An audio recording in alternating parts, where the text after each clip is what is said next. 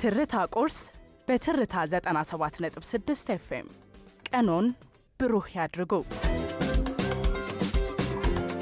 ክልቡ የቀረበውን ትርታ 97.6 FM ያደመጣችሁ ትገኛላችሁ። የሀገራችንን መልእክት አድምጠን እንዲሁም የሰዓቱ ወጀውን ተከታትለን ተመልሰን ተገናኝተናል። አሁን ሰዓቱ ከሀገር ውስጥና ከባህር ማዶ የተመራረጡ ዜናዎችን ወደ እናንተ የምናደርስበት ሰዓት ላይ እንገኛለን። ሀገራዊ ጉዳዮችን በማስቀደም እንጀምራለን። የአዲስ አበባ ከተማ አስተዳደር ጤና ቢሮ በከተማዋ የጤና ተቋማት አገልግሎት ለማስፋፋትና ጥራትን ለማሳደግ በትኩረት እየሰራ መሆኑን አስታወቀ። ቢሮው የነባር የጤና ተቋማትን እድሳት ከማከናወን ባለፈ አዳዲስ ዘመናዊ ሆስፒታሎችን በመገንባት የሕዝቡን የሕክምና ፍላጎት ለማሟላት ጥረት እያደረገ ይገኛል። የቢሮው የሕዝብ ግንኙነትና ኮሚኒኬሽን ዳይሬክተር አብዮት ከበደ በከተማዋ እየተከናወኑ ያሉትን ዋና ዋና የጤና ልማት ስራዎችን አስመልክተውም የተናገሩት ለትርታ እንዲህ ብለዋል። እንደ ኃላፊው ማብራሪያ ከሆነ ቀደም ሲል ዜጎች ለከፍተኛ ሕክምና ወጪ ወደ ውጭ ሀገር ለመሄድ ይገደዱ የነበረበትን አሰራር ለመቀነስ በሀገር ውስጥ ዘመናዊ የሕክምና አማራጮችን ማቅረብ ተችሏልም ነው ያሉት። በዚህ መሰረት በቅርቡ ስራ የጀመረው የላፍቶ ስፔሻላይዝድ ሆስፒታል ለዚህ እንደ ጥሩ ማሳያ የሚጠቀስ ሲሆን የኮልፌና የግላን ትሮማ ሴንተሮች እንዲሁም የዳግማዊ ምኒልክና የዘውዲቱ ሆስፒታል ማስፋፊያ ፕሮጀክቶች በግንባታ ሂደት ላይ ናቸው። የከተማ አስተዳደሩ በጤናው ዘርፍ እያደረገ ያለው ይህ ከፍተኛ እንቅስቃሴ አዲስ አበባን በምስራቅ አፍሪካ የህክምና ማዕከል ለማድረግ ያለመ ነው።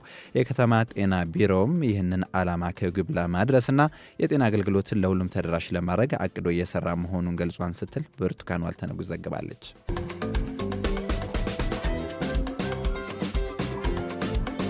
ሀገር አቀፍ የዩኒቨርሲቲ መግቢያ ፈተና ዛሬ ይጀምራል። በ6 ዙር የሚሰጠው የ2018 የትምህርት ዘመን ሀገር አቀፍ ፈተና ከዛሬ ሰኔ 23 እስከ ሐምሌ 16 ቀን ድረስ እንደሚሰጥ የትምህርት ምዘናና ፈተናዎች አገልግሎት አስታውቋል። አገልግሎቱ ለዘንድሮ ፈተና አስፈላጊ ዝግጅቶችን ማድረጉንም ተገልጿል። ተማሪዎች ወደ ፈተና ተቋማት ሲገቡ ያልተፈቀዱ ቁሳቁሶችን ይዘው መምጣት እንደሌለባቸው ተነግሯል። በዚህም መሰረት ተማሪዎች እስክሪብቶና ባዶ ወረቀት፣ የኤሌክትሮኒክስ መሳሪያዎችንና ሌሎች የተከለከሉ ነገሮችን ይዘው መምጣት እንደሌለባቸውም ተገልጿል። ወደ ፈተናው ሲገቡም የመፈተኛ ካርዳቸውን መያዝ እንዳለባቸውም ተገልጿል። በ6 ዙር በበይነ መረብ ከሐምሌ 1 እስከ 3 የተፈጥሮ ሳይንስ ከሐምሌ 6 እስከ 8 ደግሞ ማህበራዊ ሳይንስ ተማሪዎች ይፈተናሉ የተባለ ሲሆን በ607 የፈተና ማዕከላት በተፈጥሮ ሳይንስ 306456 በማህበራዊ ሳይንስ ደግሞ 257045 ተማሪዎች በድምሩ 565501 ተማሪዎች ፈተናውን እንደሚወስዱ የትምህርትና ምዘና ፈተናዎች አገልግሎት አስታውቋል።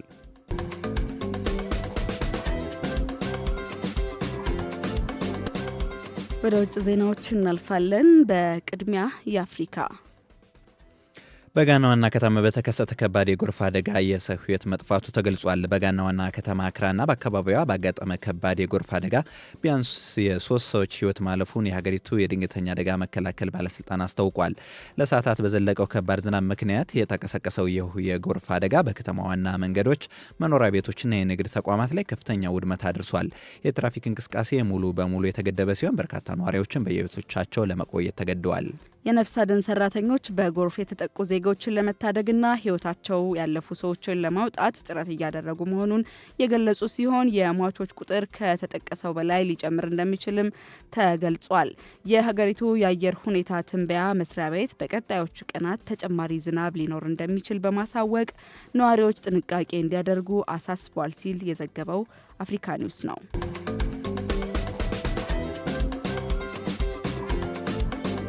በመጨረሻም ኢራን ከዩናይትድ ስቴትስ ጋር በዶሃ ይደረጋል የተባለውን ስብሰባ አስተባበለች። የኢራን መንግስት ከዩናይትድ ስቴትስ ባለስልጣናት ጋር በኳታር ዋና ከተማ ዶሃ ሊደረግ የታቀደ ምንም አይነት ስብሰባ እንደሌለ በመግለጽ የፕሬዚዳንት ዶናልድ ትራምፕን ንግግር አስተባብሏል።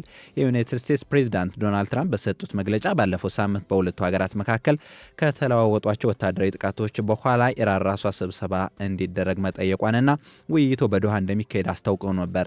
ሆኖም የኢራን የውጭ ጉዳይ ሚኒስተር ቃል አቀባይ አቀባይ እስማኤል ባቃሂ በሰጡት ምላሽ በቀጣዮቹ ቀናት ከዩናይትድ ስቴትስ ወገን ጋር በማንኛውም ደረጃ የሚደረግ ምንም አይነት ድርድር ስብሰባ እንደሌለ በይፋ አስታውቀዋል። ቃል አቀባዩ አክለውም በዚህ ሳምንት የኢራን ባለሙያዎች ልዑክ ወደ ዶሃ የሚያቀናው ቀደም ሲል የተፈረመውን የስምምነት ማስታወሻ አፈጻጸም ለመከታተልና የታገዱ የኢራን የገንዘብ ንብረቶችን ለማስለቀቅ ብቻ መሆኑን አስገንዝበዋል።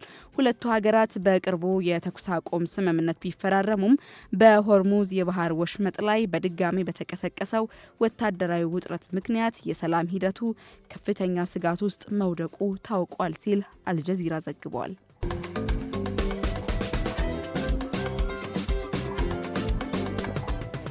አድማጮች ከልቡ የቀረበውን ትርታ 97.6 ኤፍኤም እያደመጣችሁ ትገኛላችሁ። ቀደም ሲል ከሀገር ውስጥና ከባህር ማዶ የተመራረጡ ዜኖችን ወደ እናንተ አደረስን። እንግዲህ የተለያዩ መረጃዎችን መሰናዶቹ ወደ እናንተ እያደረስን ቆይታችን እስከ 2 ሰዓት ከ30 ረፋድ ይቀጥላል።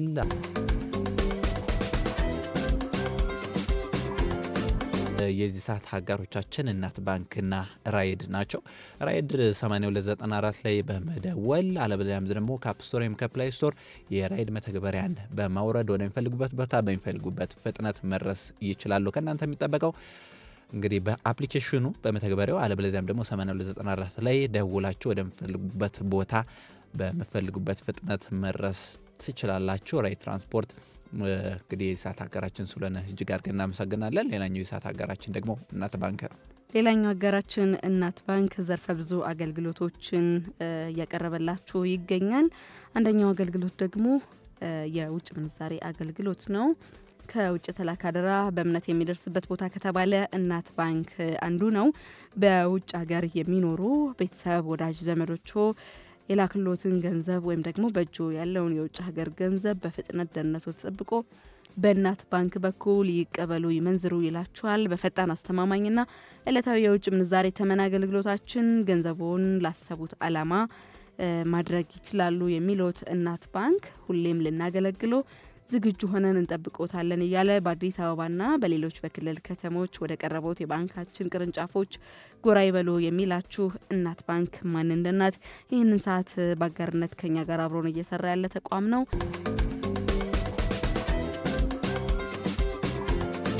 አሁን ሰዓቱ ከሀገር ውስጥና ከባህር ማዶ የተመረጡ ዜኖችን ወደ እናንተ የምናደርስበት ሰዓት ላይ እንገኛለን። ሀገራዊ ጉዳዮችን በማስቀደም እንጀምራለን።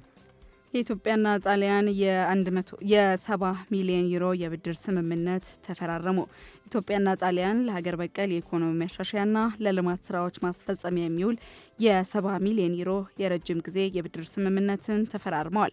ስምምነቱን የገንዘብ ሚኒስትሩ አቶ አህመድ ሺዴና በኢትዮጵያ የጣሊያን አምባሳደር ሴም ፋብሪዚ ተፈራርመውታል። ይህ የብድር ስምምነት ቀደም ሲል በሁለቱ ሀገራት መካከል የተደረሱ የትብብር ማዕቀፎች አካል ሲሆን የኢትዮጵያን የኢኮኖሚ ማሻሻያ እርምጃዎችና የልማት ግቦች ለማሳካት የሚውል ነው። በወቅቱ የገንዘብ ሚኒስትር አቶ አህመድ ሺዴ ኢትዮጵያ ሁለተኛው የማክሮ ኢኮኖሚ ሪፎርም ምዕራፍ በስኬት ማጠናቀቋንና የዓለም ባንክ ለሶስተኛው ምዕራፍ የሚውል የበጀት ድጋፍ ማጽደቋን አስታውቀዋል። በኢትዮጵያ የጣሊያን አምባሳደር ሴም ፋብሪዚ በበኩላቸው የኢትዮጵያ የ10 ዓመት መሪ ልማት እቅድና የሀገር በቀል የኢኮኖሚ ማሻሻያ ሀገሪቱን በትክክለኛ አቅጣጫ እየመሩት መሆኑን ገልጸው የተፈረመው የ70 ሚሊዮን ዩሮ ብድር ከዓለም ባንክ መርሆች ጋር የተጣጣመ መልኩ መፈጸሙን አስታውቀዋል።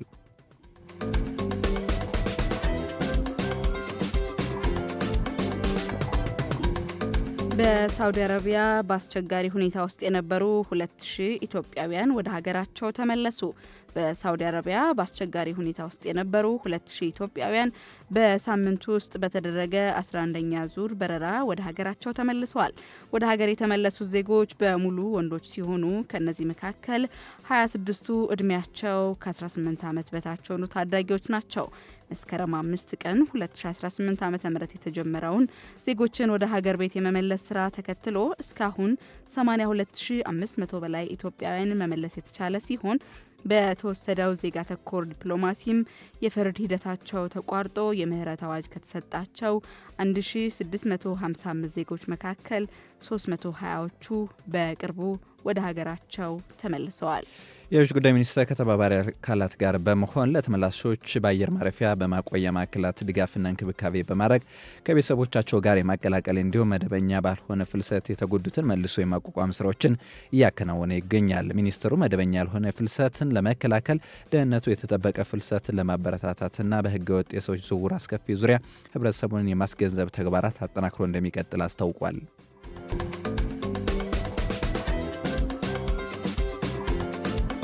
ወደ ውጭ ዜናዎች እናልፋለን። በቅድሚያ የአፍሪካ በደቡብ አፍሪካ በሺዎቹ የሚቆጠሩ አፍሪካውያን ስደተኞች ሀገሪቱን ለቀው እየወጡ መሆኑ ተገልጿል።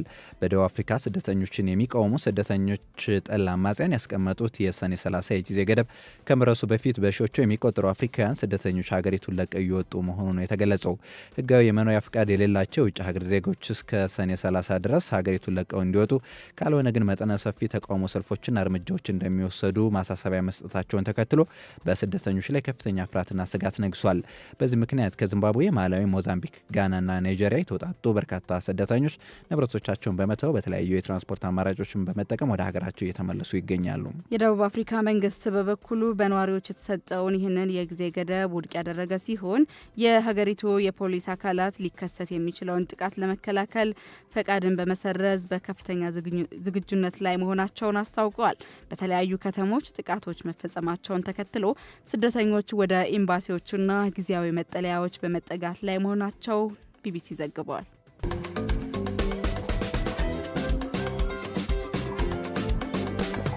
በመጨረሻም እስራኤል በዌስት ባንክ 100 ቦታዎችን ያካተተ አዲስ የወረራ እቅድ እያዘጋጀች መሆኑ ተገለጸ። እስራኤል በዌስት ባንክ በሚገኙ 100 መሬቶች ወታደራዊ ይዞቶችን ለማስፋፋት የሚያስችል እቅድ እያዘጋጀች መሆኑ ታውቋል።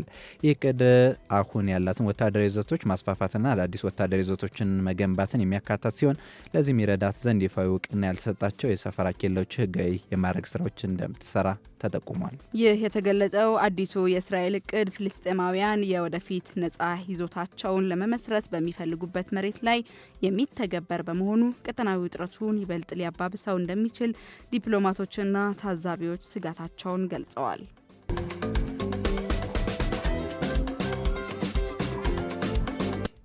ማለዳ 12:30 ሲል የጀመረው የዕለቱ የትርታ ቁርስ መሰናዶ በዚሁ ተጠናቋል።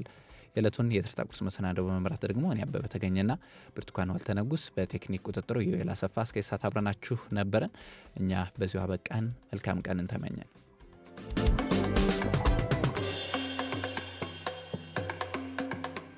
ትርታ 97.6 ኤፍኤም ከልቦ የቀረበ